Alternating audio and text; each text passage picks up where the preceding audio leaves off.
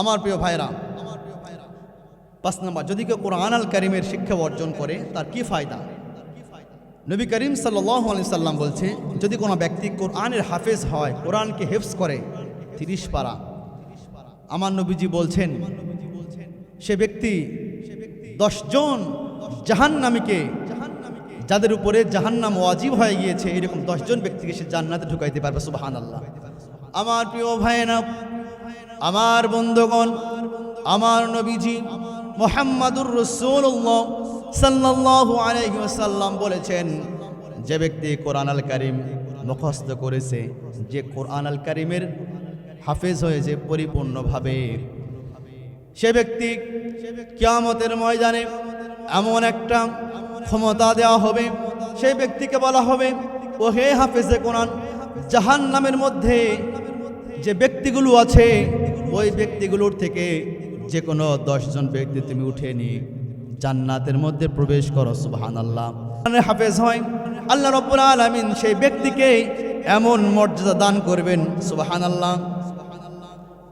6 নম্বর, আমার প্রিয় ভাইরা, 6 নম্বর, যে কোরআন শিখবে, যে কোরআন মানবে, কোরআন যে আমল করবে, তার ফায়দা হচ্ছে, নবী করিম সাল্লাল্লাহু আলাইহি ওয়াসাল্লাম বলছেন যে আলেম হবে, যে আলেমের কিয়ামতের দিন ঘোষণা দেওয়া হবে, যে ব্যক্তি আলেম সে ব্যক্তিকে বলা হবে জাহান্নাম থেকে, যাদের উপরে ওই ব্যক্তির উপর জাহান্নাম ওয়াজিব হয়ে গিয়েছে, ওখান থেকে 40 জন ব্যক্তিকে নিয়ে আপনি জান্নাতে চলে যান। সুবহানাল্লাহ।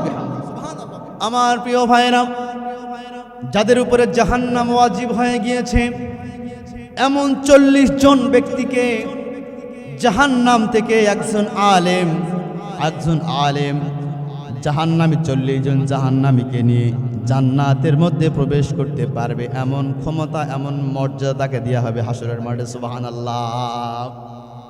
কোরআন আল কারীম, কোরআন বুঝলে, কোরআন মানলে, কোরআন অনুযায়ী আমল করলে এই লাভগুলি হবে। আচ্ছা, যে ডক্টর, যে ইঞ্জিনিয়ার, যে ব্যারিস্টার, যে উকিল, এসপি, ডিসি, পুলিশ, সাধারণ শিক্ষক, এদের কি কারো এরকম মর্যাদা দেওয়া হবে? এদেরকে এরকম মর্যাদা দেওয়া হবে না। শুধুমাত্র যারা হাফেজে কোরআন, যারা আলেম, এদেরকে এমন পাওয়ার দেওয়া হবে, এমন মর্যাদা দান করা হবে। সুবহানাল্লাহ বিহামদিহি।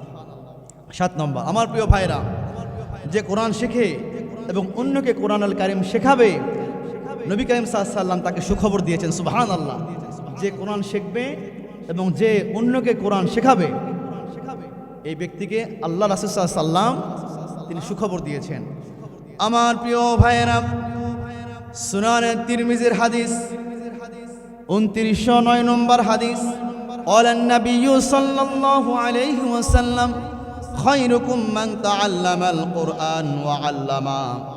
আমার নবীজি মুহাম্মদ সাল্লাল্লাহু আলাইহি ওয়াসাল্লাম তিনি বলেছেন, যে ব্যক্তি কোরআন আল কারীমের শিক্ষা অর্জন করলো এবং অন্যকে শিক্ষা দান করলো, সে ব্যক্তি সারা পৃথিবীর মধ্যে সর্বশ্রেষ্ঠ ব্যক্তি। সুবহানাল্লাহ। আমার নবীজি কিন্তু বলেন নাই যে ডিসি হবে, যে এসপি হবে, যে ম্যাজিস্ট্রেট হবে, যে বিসিএস ক্যাডার হবে, সে সারা পৃথিবীর মধ্যে সর্বশ্রেষ্ঠ ব্যক্তি। আমার নবী কিন্তু এমন কোনো কথা বলে নাই। আমার নবীজি মুহাম্মদ সাল্লাল্লাহু আলাইহি ওয়াসাল্লাম বলেছে, যে কোরআন শিখবে, অন্যকে শেখাবে, এই ব্যক্তি হলো সারা পৃথিবীর সর্বশ্রেষ্ঠ ব্যক্তি। সুবহানাল্লাহ।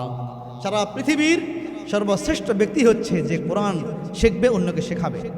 কিন্তু এখানে ডিসি, এসপি, মন্ত্রী, কোনো শিক্ষা অফিসার, কারো কথা কি বলা হয়েছে? হয় নাই, কারো কথা বলা হয় নাই। আমার প্রিয় ভাইরা, যদিও বা আমাদের সমাজের দাম নাই, আমাদের রাষ্ট্রের দাম নাই, কিন্তু নবীর কাছে দাম আছে, সাহাবা ইকরামের কাছে দাম আছে, মাযহাবের ইমামদের কাছে দাম আছে, আল্লাহর কাছে দাম আছে। সুবহানাল্লাহ। সম্মানিত হাজিরিন, 7 নম্বর, সম্মানিত হাজিরিন, 8 নম্বর হচ্ছে যে কোরআনুল কারীম শিক্ষা অর্জন করলে যে ফায়দা আল্লাহ পাক আমাদেরকে দান করবেন। আমার প্রিয় ভাইরা, মুসলিম শরীফের 796তম হাদিস, আমার নবীজি মুহাম্মাদুর রাসূলুল্লাহ সাল্লাল্লাহু আলাইহি ওয়াসাল্লাম তিনি বলেছেন, একজন ব্যক্তি কোরআন আল কারীম যদি তেলাওয়াত করে একজন ব্যক্তি যখন কোরআন কারীম তেলাওয়াত করবে, যদিও বা সেই ব্যক্তির কাছে কোনো মানুষ তার কোরআন তেলাওয়াত শুনতেছে না, যদি কোনো মানুষ না শুনে, তাহলে আমার প্রিয় ভাইরা আশেপাশে যত গাছপালা আছে এই গাছপালাগুলো তার কোরআন কারীম তেলাওয়াত শুনবে। যদি কোনো গাছপালাও সেখানে না থাকে, তবে আল্লাহ রব্বুল আলামিন শত শত ফেরেশতা সেখানে নিযুক্ত করবেন, আর শত শত ফেরেশতা সেই ব্যক্তির কোরআন আল কারীমের তেলাওয়াত শ্রবণ করবে। সুবহানাল্লাহ। যে ব্যক্তি কোরআন কারীম তেলাওয়াত করবে, তার কোরআন কারীম তেলাওয়াত মানুষ শুনবে। যদি মানুষ সেখানে না থাকে, গাছপালা জীবগুলো তার কোরআন কারীম তেলাওয়াত শুনবে। যদি সেখানে কোনো জীবও না থাকে, তাহলে আল্লাহ পাক শত শত ফেরেশতা সেখানে নিযুক্ত করবেন, আর সমস্ত ফেরেশতা কোরআন আল কারীমের তেলাওয়াত শ্রবণ করবে। সুবহানাল্লাহ বিহামদিহি। আর যত ফেরেশতা কোরআন আল কারীম এর তেলাওয়াত শ্রবণ করবে, এই সমস্ত সওয়াব যে ব্যক্তি কোরআন কারীম তেলাওয়াত করছে তার আমলনামায় যোগ করে দেওয়া হয়। সুবহানাল্লাহ বিহামদিহি। 9 নম্বর, আমার প্রিয় ভাইরা, সন্তানকে কোরআন শিখালে আমাদের কি ফায়দা? আমার প্রিয় ভাইরা, আপনাদের সন্তানগুলোকে কোরআন শেখাবেন, আপনাদের সন্তানগুলোকে হাদিসের দর্স দিবেন, হাদিস শেখাবেন, আপনাদের সন্তানগুলোকে কোরআন সুন্নাহর ইলম দান করবেন। শুধু মাথায় দিলে হবে না, কোরআন সুন্নাহর ইলম অন্তরের মধ্যে ঢুকায় দিতে হবে। আমার প্রিয় ভাইরা, কোরআন শিখলে কি ফায়দা? কোরআন শিখলে কি লাভ? আমার প্রিয় ভাইরা, সিরিয়ার একটি ঘটনা মনে পড়ে গেল। আমার প্রিয় ভাইরা, সিরিয়াতে একজন বুজুর্গ ছিল, আল্লাহর ওলি বুজুর্গ।